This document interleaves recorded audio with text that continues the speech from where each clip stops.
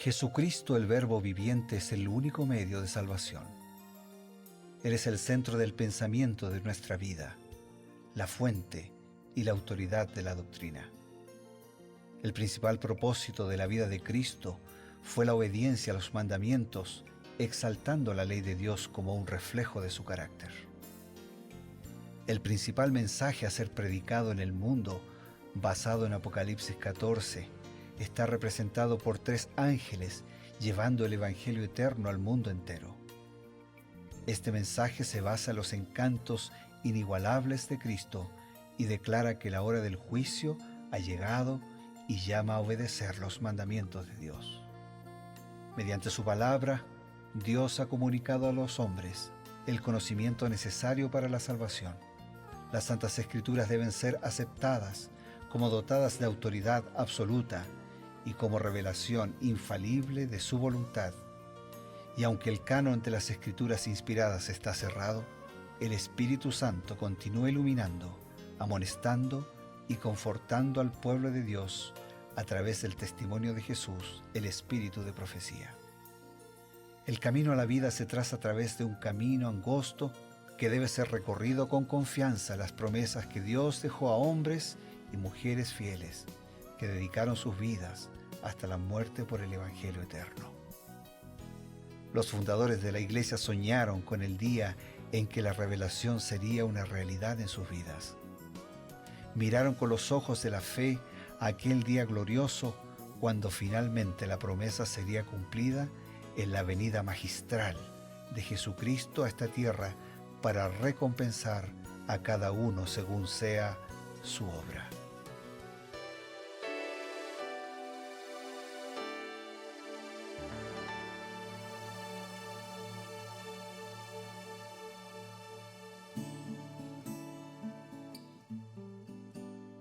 Un nuevo día, una nueva oportunidad y también un nuevo compromiso.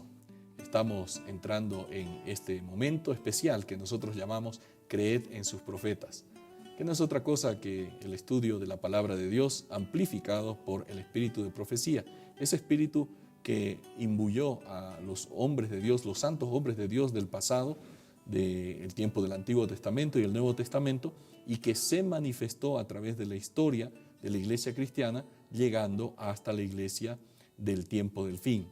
Y por supuesto, nosotros consideramos que legítimamente el Señor tomó a una jovencita llamada Ellen White y le dio estos mensajes que ella escribió a través de manuscritos, de cartas, que fueron luego compilados como libros y ahora los tenemos para el consejo de la iglesia. Creer en sus profetas es un momento especial donde dialogamos, conversamos, revisamos el consejo de Dios, justamente acompañados también por el pastor Bruno Razo. Sí, estamos juntos, acompañados por la promesa de Dios, por una misma necesidad, por un mismo anhelo, acompañados por nuestros amigos, por nuestros hermanos, en este encuentro más que a la distancia, cercano, porque Dios nos junta y nos congrega a todos. Así que les enviamos un abrazo, el deseo de muchas bendiciones en la vida de cada uno y de todos ustedes. Y ahora nos detenemos en el capítulo 21 del primer libro de Crónicas para encontrar algunas lecciones especiales para nuestra vida. Una de las lecciones especiales podríamos llamarla una advertencia. ¿Por qué razón, pastor? Le comento. Escuchando ya la explicación que venía de la palabra, recordamos que David insistió en censar al pueblo. Joab, uno de sus generales muy cercano a él, le dice: Señor, mi rey David, no lo haga. Pero él interpuso su propio juicio, su propia voluntad, como una especie de poder controlador, y finalmente se tomó esta triste decisión y las consecuencias se vieron rápidamente, que afectó no solo a David, afectó al pueblo mismo y murieron, ¿no?, una cantidad de 70,000 personas justamente por un error de haber sometido su juicio al juicio delante del juicio de Dios. Claro, el problema no era el censo, ¿no? El problema era esa actitud de orgullo, esa actitud de desobediencia, esa actitud de querer controlar, manipular y sobreexaltar su figura, su papel y su función. Claro, medir sus fuerzas, ¿no? Como si dependiera de él toda la victoria contra sus enemigos. Ese era el mensaje distorsionado que estaban dando. Somos muchos, somos buenos, nos arreglamos nosotros. ¿Qué nos dice Dios acerca de permitir que el juicio de un hombre domine sobre una institución, sobre un pueblo? Dios nunca quiso que la mente o el juicio de un hombre fuera un poder controlador. Siempre que tuvo una tarea especial para hacer, tuvo hombres preparados para satisfacer la demanda.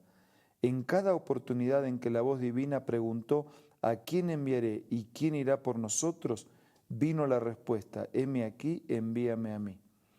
Si recordáramos siempre los trascendentales acontecimientos que pronto han de ocurrir, no seríamos tan débiles de carácter. Sentiríamos que estamos viviendo en la presencia de Dios y asombrados y atónitos atenderíamos la orden: estad quietos y conoced que yo soy Dios. O ¿cuándo nos daremos cuenta del verdadero valor de la obra e intercesión de nuestro Salvador? ¿Cuándo descansaremos con plena confianza en Él para vivir una vida noble, pura y dedicada? ¿A qué alturas puede llegar la imaginación santificada e inspirada por las virtudes de Cristo? Podemos percibir las glorias del futuro mundo eterno. Podemos vivir como viendo al invisible. Caminemos por fe y no por vista. O sea, no por mi parecer, no porque lo que yo alcanzo a medir y contar, sino por la confianza total y plena en la palabra de Dios. Dice, ¿cuándo nos vamos a dar cuenta que tenemos a alguien que está intercediendo por nosotros? Claro. Que es Jesús, el que vivió, el que murió, el que resucitó, el que nos ofrece su justicia, sus méritos, el que pagó mi deuda. ¿Cómo voy a desechar ese recurso así con letras grandotas y en mayúscula para usar mi recurso, mi sabiduría, que no es la mía, es la que proviene de Él, pero que cuando me separo de Él deja de ser sabiduría? ¿Cuándo? ¿Por qué voy a desprotegerme de esto? Y por eso Pablo hace una de esas preguntas retóricas que se contestan solas. Dice, ¿cómo escaparemos nosotros si descuidamos una salvación tan grande? Dice, ¿a dónde vamos a ir? Y nadie le puede contestar. Claro. No hay cómo escapar. Y no hay dónde ir si descuidamos una salvación tan grande. Lastimosamente, David se descuidó, dejó de caminar por la fe y empezó a caminar por la vista. Él quería medir sus fuerzas y él fue motivado para tener victorias, pero la victoria importante, que era de la lucha espiritual, él dejó de obtenerla. ¿Qué consejo nos da Elena White al respecto de las victorias, las luchas espirituales? Si seguimos a Cristo no tendremos una experiencia irregular, no seremos movidos por las circunstancias o influidos por lo que nos rodea. No permitiremos que los sentimientos nos controlen, ni que caigamos en la envidia, en la irritación, en la crítica o en los celos y la vanidad. Estas son las cosas que nos ponen fuera de tono con la armoniosa vida de Cristo y nos impiden llegar a ser vencedores. Debiéramos ser motivados por el noble propósito de ganar victorias a diario, por la vigilancia, por la oración sincera, llegar a tener el control completo del yo. Y cuando vengan pequeñas pruebas y se hablen de las palabras que hieran y lastimen el alma, díganse a sí mismos, soy un hijo de Dios, heredero con Jesucristo, colaborador del cielo, no puedo enojarme fácilmente ni estar pensando siempre en el yo, pues esto producirá un carácter distorsionado y no es digno de mi alta vocación. Mi Padre Celestial me ha dado una tarea para hacer y quiero hacerla dignamente por amor a su nombre. Entonces, la victoria tiene que ser diaria. Así como veíamos en programas anteriores de que la vida se mantiene porque Dios la mantiene permanentemente, no porque una vez le dio cuerda y nos dejó. Una victoria no asegura permanentemente victorias. O sea, me puede servir de ejemplo, de motivación, pero la lucha es diaria. Y la victoria tiene que ser diaria. La comunión con Dios tiene que ser permanente. Me desconecto de la fuente de energía y no funciono. No hay cómo funcionar. Cuando Jesús habla del tema, dice que el pámpano tiene que estar atado a la vida, al tronco, a la rama, para tener vida. Claro. Si está cortado, muere y termina en el fuego, seco, destruido. Nosotros tenemos que estar permanentemente atados al Señor. Y Elena de White dice, a través de la Biblia, a través de la oración, a través del servicio, a través del testimonio, a través del cumplimiento de la misión, a través de hacer algo por los demás. La victoria es el resultado de una comunión permanente. No hay una sola lucha, es una lucha de todos los días. Hay varias luchas, varias batallas, varias victorias, hasta la victoria final y la victoria definitiva en el regreso de Jesús. Gracias, pastor, porque esto nos recuerda que no estamos luchando solos. Lastimosamente David se olvidó y empezó a depender de sus propias fuerzas, quiso medir sus fuerzas humanas, su ejército, y se desprendió de la fuente de la verdadera fuerza moral, la fuerza intelectual, la fuerza física, la fuerza espiritual. ¿No? Amigos, estamos aprendiendo, estamos reconociendo que los caminos de Dios son siempre los mejores para cada ser humano. Recibimos un consejo importante y ya volvemos.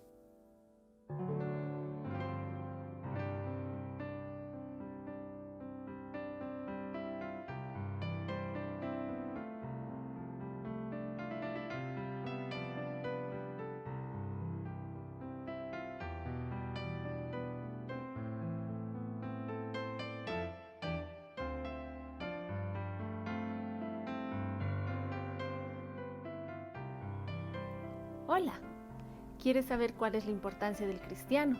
Acompáñame en la lectura de esta cita.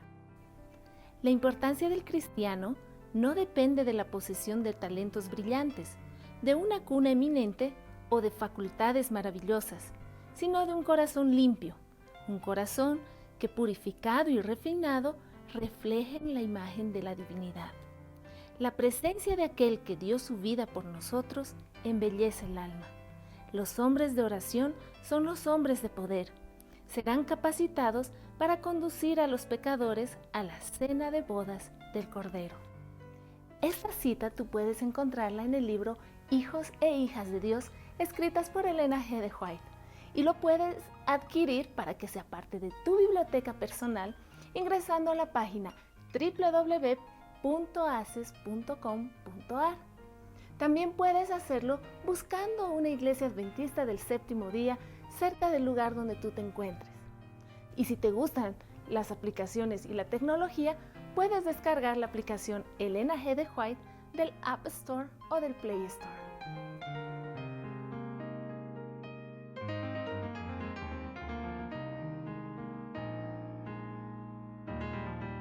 Continuamos con nuestro programa y dedicamos estos momentos precisamente para presentarles una invitación más. La Biblia dice con claridad que podemos ser más que vencedores por medio de aquel que nos amó y se entregó a sí mismo por nosotros. Hoy es un día de luchas, pero hoy también, si estamos totalmente unidos a Jesús, puede ser un día de victorias. Ahora vamos a orar. Señor, ayúdanos a mantener una comunión permanente contigo, que las victorias sean el resultado. Bendice a nuestros amigos y hermanos. Si hay alguna lucha, si hay alguna debilidad, algún vicio, algún hábito, alguna duda, que tú puedas hacer de cada uno de tus hijos un cristiano luchador y vencedor en este día. Abrázanos fuertemente. Lo pedimos y lo agradecemos en el nombre de Jesús. Amén. Amén. Gracias, amigos, por haber compartido con nosotros estos momentos. El compromiso de un reencuentro el día de mañana a través de la Nuevo Tiempo, en su programa Creed en sus profetas. Nos vemos.